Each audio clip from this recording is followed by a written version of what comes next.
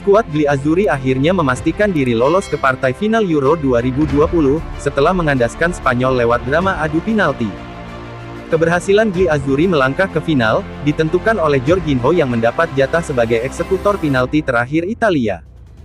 Dengan ketenangan dan gaya penalti ikoniknya, ia mampu mengelabui Unai Simon dan menuntaskan tugasnya dengan sempurna. Gelandang Chelsea ini memang dikenal cerdik ketika mengeksekusi penalti. Bahkan secara statistik, ia hanya gagal 4 kali dari 33 tendangan penalti yang ia eksekusi.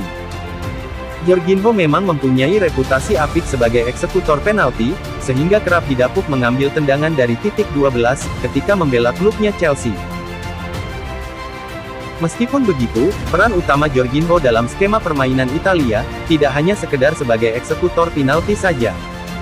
Roberto Mancini menjadikan Jorginho sebagai sosok gelandang jangkar di lini tengah dalam formasi andalannya, yakni 4-3-3. Peran Jorginho dalam strategi permainan Italia terlihat jelas, saat Gli-Azzurri melakukan tekanan kepada lawan, maupun sebagai sosok pertahanan pertama timnya. Ia mampu memberikan keseimbangan permainan Italia di lini tengah, bersama Nicolo Barella dan Marco Verratti. Mantan pelatih Jorginho di Napoli dan Chelsea yaitu Maurizio Sarri, juga memberikan komentar untuk bekas anak didiknya itu. Ia menyebutkan bahwa Jorginho sebagai pemain yang sulit dipahami layaknya seorang profesor. Persis seperti julukan yang diberikan Italia kepada gelandang Chelsea tersebut. Dalam permainan, Jorginho menempati posisi pemain bernomor 6, yang umumnya dihuni gelandang bertahan dengan memiliki kecepatan dan fisik yang kuat.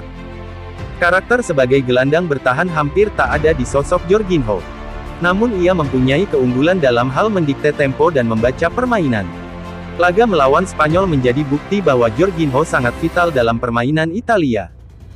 Terlihat pemain Spanyol berusaha keras untuk mematikan pergerakan Jorginho, dengan menutup alur bola ke arahnya. Karena itu adalah cara, agar Italia tidak bisa mengembangkan permainan.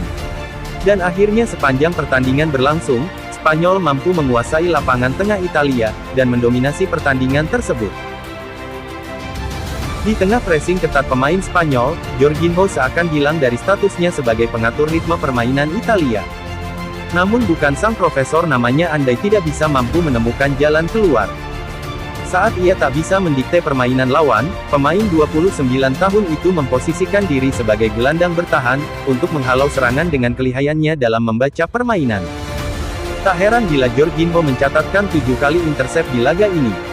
Intercept yang ia lakukan dengan kurangnya kecepatan dan fisik yang kuat, menandakan kehebatan Jorginho dalam membaca permainan lawan. Sulit mengakui Jorginho sebagai pemain penting dalam tim. Namun, keputusan Roberto Mancini menarik Marco Verratti dan Nicolo Barella menjadi bukti bahwa Jorginho sangat vital di lini tengah Italia. Bahkan bersama Gianluigi Donnarumma dan Leonardo Bonucci, Jorginho menjadi pemain yang selalu tampil sepanjang perjalanan Gli-Azzurri di Euro 2020.